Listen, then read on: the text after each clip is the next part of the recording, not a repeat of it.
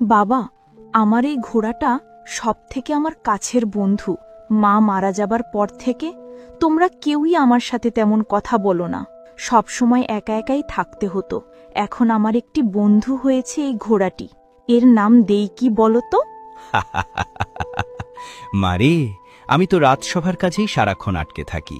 তোর সাথে সময় কাটানোর মতো আমার সময়ই হয়ে ওঠে না। তুই কিছু মনে করিস না। বাবা, তুমি না হয় রাজকাজে ব্যস্ত থাকো, কিন্তু আমার মা, মানে তুমি যাকে আমার মা মারা যাবার পর বিয়ে করেছ, তাকে আমি ডাকলেও তেমন সাড়া দেয় না। ঠিক আছে, আমি রানীকে বলে দেব তোর সাথে মিশতে, বন্ধুত্ব করতে। মা, রাগ করিস না। আমি যতক্ষণ সময় পাই তোর সাথেই তো সময় কাটাই। এসব কথা রানী শুনে ফেলে এবং বলে, ঘুরে হতছাড়ি, তোর মতো মেয়ের সাথে আমি করব বন্ধুত্ব? বয়ে গেছে আমার। আর রাজা সুযোগ পেলেই মেয়ের সাথে কথা বলে, সময় কাটায়, আমাকে সময় দেয় না। আমি এমন অবস্থা করব না, আদরের মেয়েকে চোখের বিষ মনে হবে। চলি রে মা, আবার সুযোগ পেলে তোর সাথে কথা বলতে আসব। রাজসভায় কাজ আছে আমার। বাবা, তোমাকে বললাম এই ঘোড়াটির একটি নাম দিতে। আর ঘোড়ার কি নাম দিব? ঘোড়ার নাম হয় নাকি? ঘোড়ার নাম তো ঘোড়াই। চলি আমি। এই বলে রাজা সেখান থেকে চলে গেল। রাজকন্যা মন খারাপ করে ঘোড়াটিকে বলল, তোমাকে আমি কি নামে যে ডাকি? হ্যাঁ, তোমার নাম আজ থেকে বাদশা ডাকলাম আমি। কি খুশি হয়েছ তো?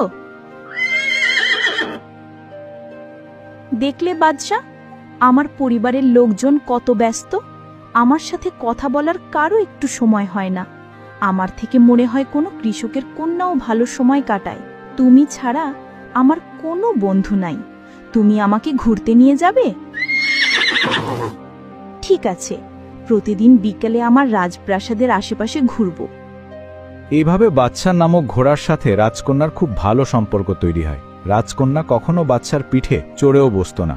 রাজকন্যা মনে করত তার পিঠে চড়লে কষ্ট পাবে, তাই রাজকন্যা বাদশাকে বিন্দুমাত্র কষ্ট দিতেও চাইত না। কিন্তু তাদের এই বন্ধুত্ব বেশি দিন টিকল না।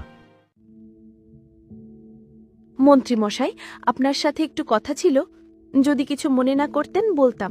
আরে, রানী মাঝে? হ্যাঁ হ্যাঁ, বলুন, কি বলতে চান? আমি যে কথা বলবো আপনি কখনো রাজাকে বলবেন না, কেমন? হ্যাঁ, ঠিক আছে, আপনার কথা আমি অক্ষরে অক্ষরে পালন করব।